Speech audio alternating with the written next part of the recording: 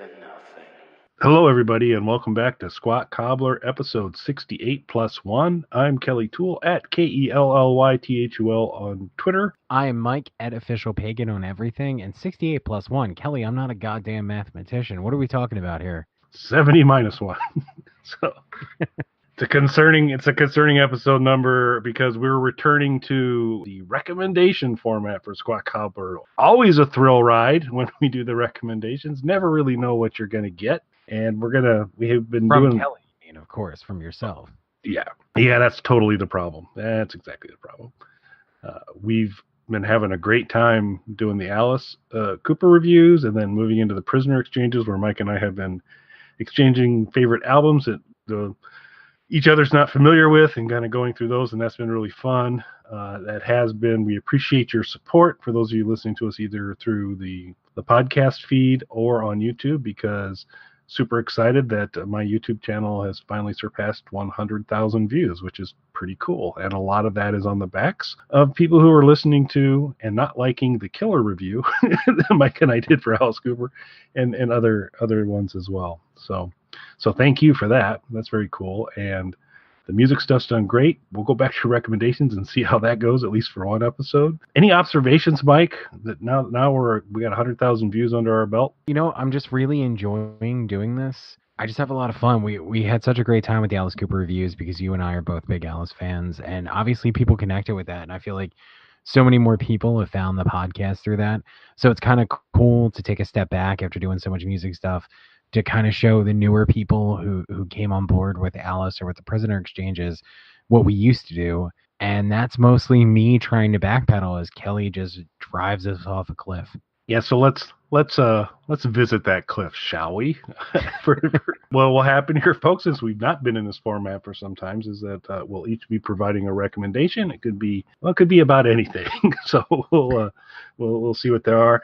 I figure, it's one of those things where you need to just kind of rip the Band-Aid off. So I believe, Mike, what we're going to want to do is have you lead us off with your recommendation and just see where we end up on that cliff. So I hand it to you to share your recommendation for this week.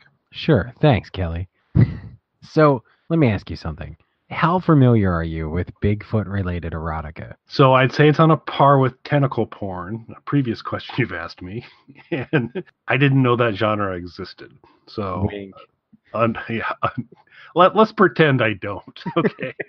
And I'm not going to have to pretend very hard. I'm just kidding. That's not my recommendation. I just wanted to see if, give Kelly a good scare like the good old days. For this week, I have a clean, wholesome, family-friendly recommendation. Kelly, are you familiar with podcasts? Yes, I am, somewhat. You've heard of these things? They're popular with the kids. The kids love them, I hear. They listen to them on their Zunes or whatever. Yeah, I mean, Zunes are the big thing. They're definitely going to replace the Discman any day now. So, for anyone who doesn't know, podcasts, I believe, is the correct pronunciation there. The podcast is sort of like a radio show, but you only hear it on these special electronic devices, as Kelly mentioned. The podcast can be about anything. It can be about any number of topics. There are scripted podcasts, and in fact, going back, so Kelly and I actually used to be on a radio show together. So going back to our radio days, there was a podcast called We're Alive that we spoke about quite a bit, which was a scripted radio drama style podcast. Do you remember? Absolutely. It's great. So keeping in line with things like that, previous recommendation of mine was Shudder, which is the horror-centric streaming service that is available from AMC. And they actually offer podcasts on there as well. So recently, I decided to delve into one of their podcast offerings. It is a show called Video Palace, and it is scripted along those same lines. And what was cool about it is it's a scripted drama style thing. But what's interesting was it follows somebody who is making a podcast. So it has this almost sort of meta, in-jokey kind of presentation to it. But the storyline, and I don't want to give too much away because, again, this is, sort of a scripted drama. So I'm highly recommending everybody go and check out Video Palace from Shudder. But the idea behind it is there's a guy who is a horror movie fanatic and specifically collects old movies on VHS tapes whenever possible. And he hears about these sort of mythical tapes that only the most ardent hardcore video collectors have come across these VHS tapes that are on these white clamshells. For any of the kids listening to this, VHS tapes are 15 generations of media ago. People used to watch movies on magnetic tape. Most of the tapes were these black rectangles. Occasionally, though, to promote movies, particularly kids' movies, sometimes the hard clamshell plastic on the outside would be different colors. So the suggestion of this show is that there were these white tapes that had something, horrifying on there that people needed to see. So he sets out to try and track down these white tapes and make as a podcast fan, make his own podcast about his sort of journey to track down these tapes. It's a really interesting show. The episodes are about 20-25 minutes long, so it's not hard to get through them. And there's even some cameos from actors and filmmakers and things like that, setting it up like he is interviewing all different types of people who are involved in the horror genre who also have some knowledge of these white tapes.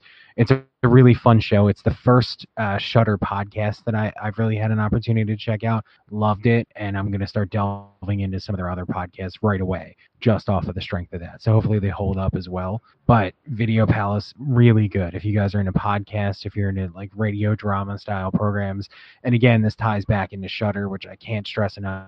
Everybody should subscribe to. I have no connection to Shudder, so I don't get anything for saying that.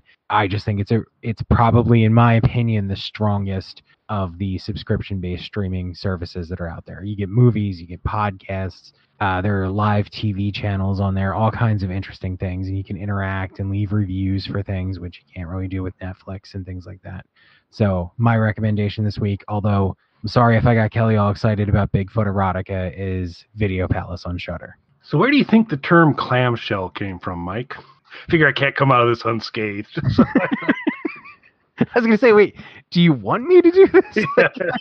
No, I retract my question. You're sending mixed signals, Kelly. That's right. That's fair enough. So is this only behind a paywall, or can someone who's wanting to listen to the podcast get to it through other distribution methods as well? I'm not sure if it's available anywhere else, but Shudder, compared to the other streaming services, is very, very cheap still. And they're constantly running promotions that you can get multiple months for free for signing up. And I believe full price right now is like $3 or $4 a month. That's certainly affordable. Very cool. And they have, like I said, they have movies. There's, in fact, a pretty large library of movies, mostly horror, but there's sci-fi stuff and some cult-style movies on there as well. They have, I believe, 2 live TV channels on there now, and they have a number of podcasts and things like that as well. All right, so I'm going to continue the parade of mixed signals here as we move into my recommendation. Parade of Mixed Signals would be a great band name, by the way. Yes, indeed. Yeah, that would be a really good band name. So the question had come up on our last one about if we were going to form a fake band, and I do think Parade of Mixed Signals would actually be better, now that I think about it. I girded my loins in preparation for Mike's recommendation. Ironically, ties very nicely into my recommendation for this week. So a while back when our good friend Mel had internet connection and we were doing nurture and supports, which, don't worry folks, they're coming back. Fiber optic is on its way to Mel. Good things are going to happen. But I made a recommendation on a Netflix series called The Toys That Made Us, which is super cool. Talked about all sorts of Star Wars figures and a number of other Lego, a bunch of different things. And they had a segment on He-Man and the Masters of the Universe. And it was an entire episode on that, and it was good.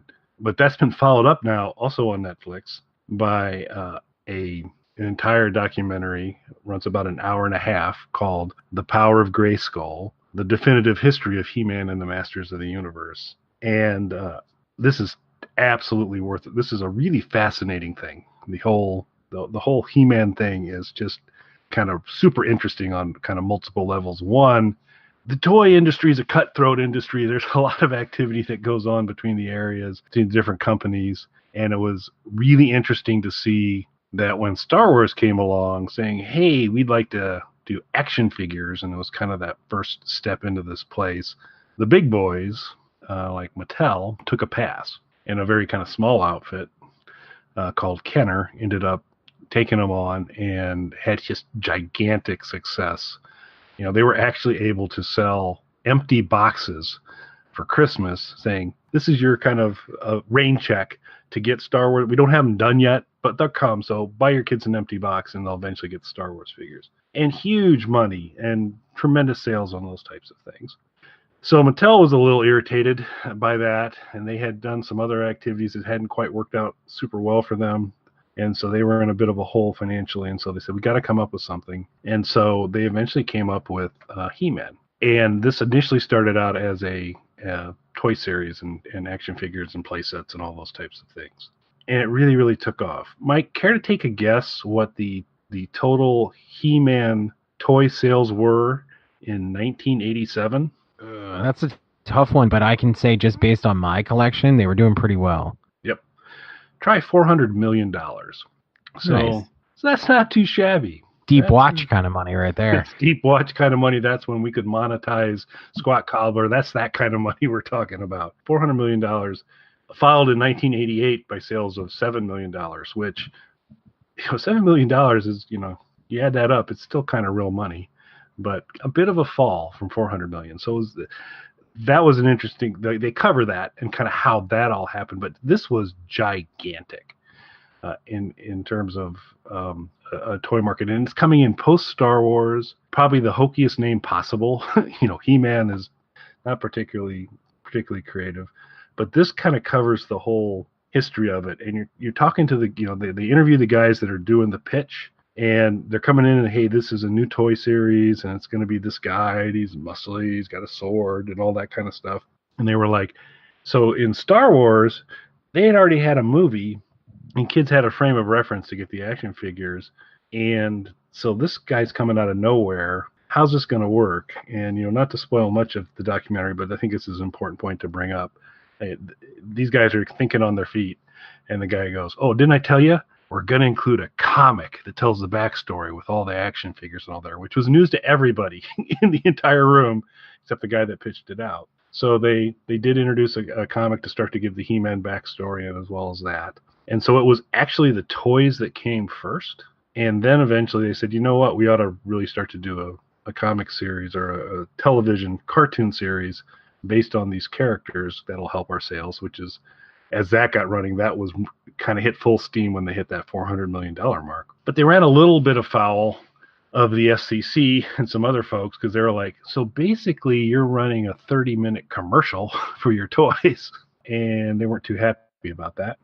And so what you will see, because not only on Netflix can you get by the Power of Grayskull, the definitive history of He-Man, the Masters of the Universe, but you can also get to the original He-Man and She-Ra series, and you kind of actually watch those episodes. And what you will see is the way they got around, this isn't a commercial for the toys, is at the end of every He-Man, there was a lesson that they tacked on the end, kind of a moral to the story, kind of, hey, this is what we learned today, that typically had absolutely nothing to do with the storyline. So they would kind of go through, and there'd be the big battle between He-Man and Skeletor, and He-Man would win, and then they'd cut back to another character and go, well, today we learned that it's not a good idea to ask babies to create stained glass windows, or whatever the issue might be. But they did kind of do, because your baby sucks. Yeah, just they don't have the right dexterity to do good stained glass window work, in my opinion, and there's the issue of injury. So, but they introduced that kind of thing. But it's fascinating to see kind of the internal politics within Mattel to try and make this happen. They were on top of the world. They were doing incredible things. Then they kind of oversaturated toy stores with the stuff. It crashed, and then they kind of kept trying to come back, and all sorts of kind of ill-advised He-Man in space, all sorts of other different kind of ideas to try and recreate the magic that they never could. But it's just a really interesting thing around how it evolved, how they worked around some of the issues. I just think it's a really, really cool story, and to see something that just totally erupted, and to just see fascinating things like one of the biggest items was the Castle Grayskull, which was, kind of critical in the He-Man story, was a kit that you could buy. It was part of those $400 million of sales, and that was like a $30 or $40 kit selling in the mid 80s. So that's not a small investment. A few problems with it, because if you actually kind of had your He-Man figures and you had Castle Grayskull, the door to Castle Grayskull was insufficient to allow He-Man to enter. There was little scale issues and some things like that. So it kind of covers a lot of those things. But I had not fully realized how popular that toy line was, but this kind of covers that, covers the cartoon and kind of went on there. You get to hear kind of the interplay between the competition between various toy companies and how cutthroat that gets from time to time. And so it's a super fun watch. It's about an hour and a half. If you had seen the Toys That Made Us segment, you're going to get a lot of the main plot points in it.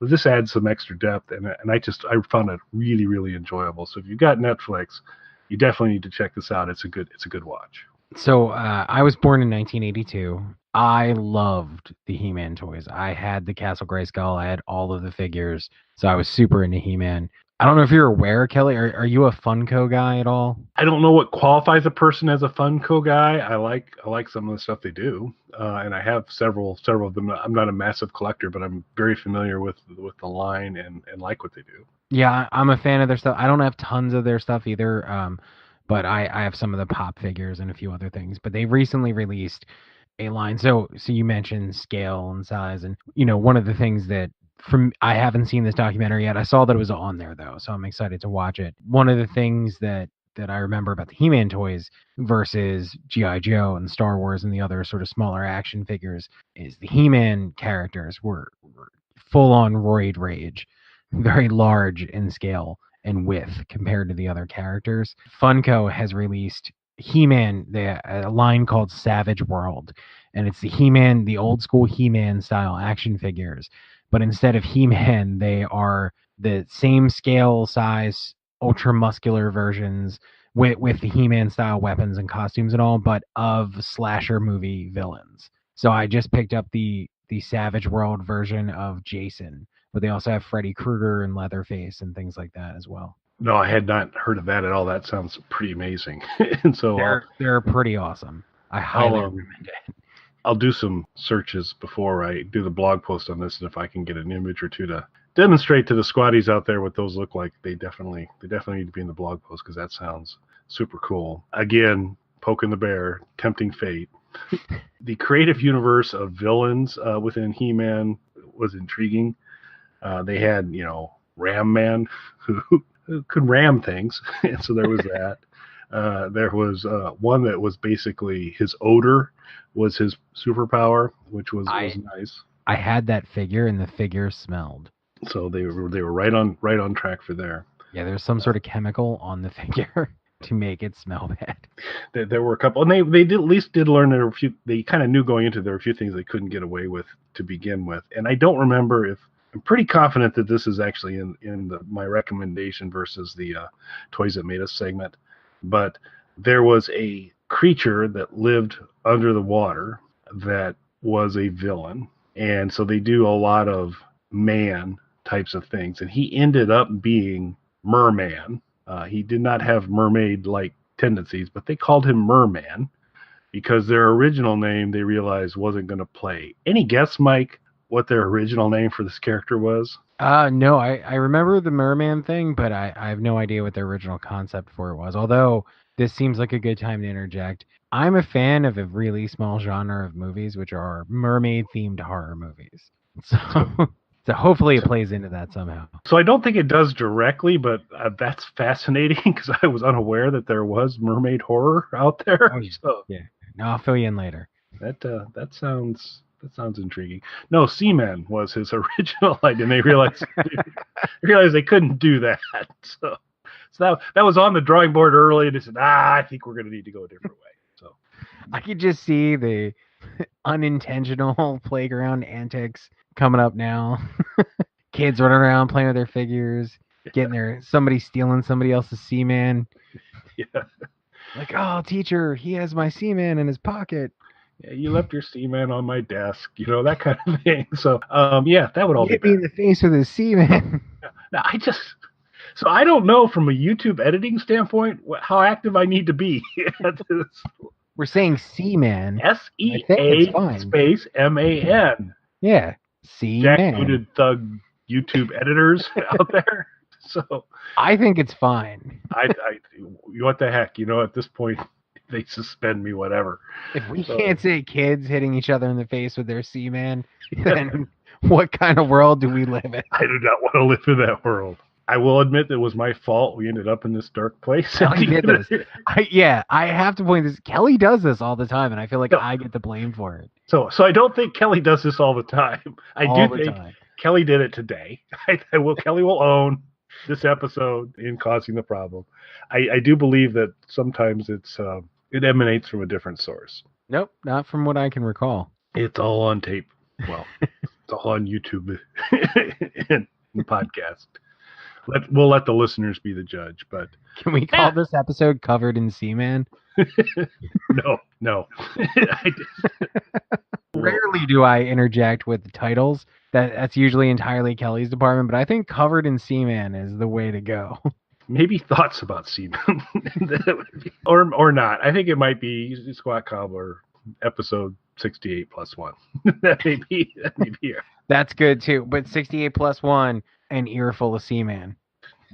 Yeah, that could maybe be in the post. We'll determine it from there. Well, shockingly enough, this was actually fun. So I never know when we go back into recommendation land where things are going to land, but it was kind of good to do that. As everybody listening knows, Mike and my fingers are crossed that we get Mel back in commission soon here, and we can get the nurture and support train running again. I think we're close. We'll see. Very likely the next time you hear back from Mike and I, we'll be doing some more Prisoner Exchange, some more albums. And on that note, I have nothing else to add, so I'd just like to say thanks for listening, everybody. Thank you, everybody. All